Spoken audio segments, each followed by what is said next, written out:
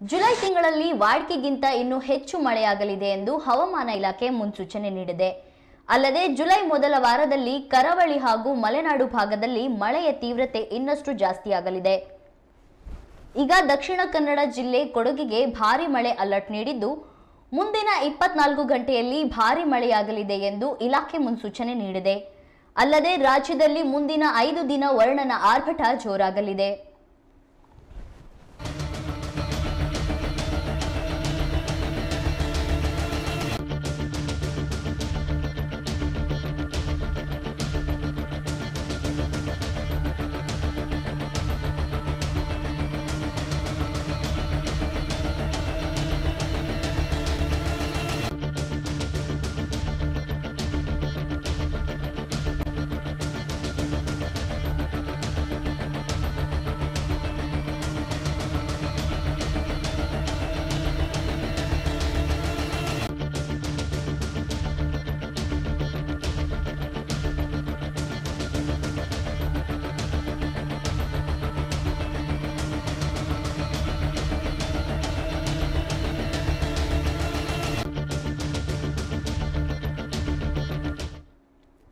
ಮತ್ತೆ ದಕ್ಷಿಣ ಕನ್ನಡ ಹಾಗೂ ಕೊಡಗಿಗೆ ಭಾರಿ ಮಳೆ ಅಲರ್ಟ್ ನೀಡಲಾಗಿದ್ದು, ಯೆಲ್ಲೋ ಅಲರ್ಟ್ ಘೋಷಣೆ ಮಾಡಲಾಗಿದೆ.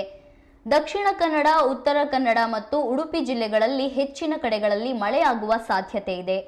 ಉತ್ತರ ಒಳನಾಡಿನ ಬೆಳಗಾವಿ, ಬೀದರ್, ಬಾಗಲಕೋಟೆ, ಧಾರವಾಡ, ಕೊಪ್ಪಳ, ಕಲಬುರಗಿ, ಗದಗ, ಹಾವೇರಿ, ವಿಜಯಪುರ, ರಾಯಚೂರು ಮತ್ತು ಯಾದಗಿರಿ ಜಿಲ್ಲೆಗಳಿಗೆ ಭಾರಿ ಮಳೆಯಾಗುವ ಸಾಧ್ಯತೆ ಇದೆ. ಇನ್ನು ದಕ್ಷಿಣ ಒಳನಾಡಿನ ಬಳ್ಳಾರಿ, ಬೆಂಗಳೂರು ಗ್ರಾಮಾಂತರ, ಬೆಂಗಳೂರು ನಗರ, ಚಿಕ್ಕಮಗಳೂರು, ಚಿಕ್ಕಬಳ್ಳಾಪುರ, ಚಾಮರಾಜನಗರ, ಚಿತ್ರದುರ್ಗ, ದಾವಣಗೆರೆ, ಹಾಸನ, ಮಂಡ್ಯ, ಮೈಸೂರು, ಕೊಡಗು, ಕೋಲಾರ, ರಾಮನಗರ, ಶಿವಮೊಗ್ಗ, ತುಮಕೂರು ಮತ್ತು ವಿಜಯನಗರ ಜಿಲ್ಲೆಗಳಲ್ಲಿ ಜುಲೈ 5ರವರೆಗೆ ಮಳೆ ಅಲರ್ಟ್ ನೀಡಲಾಗಿದೆ.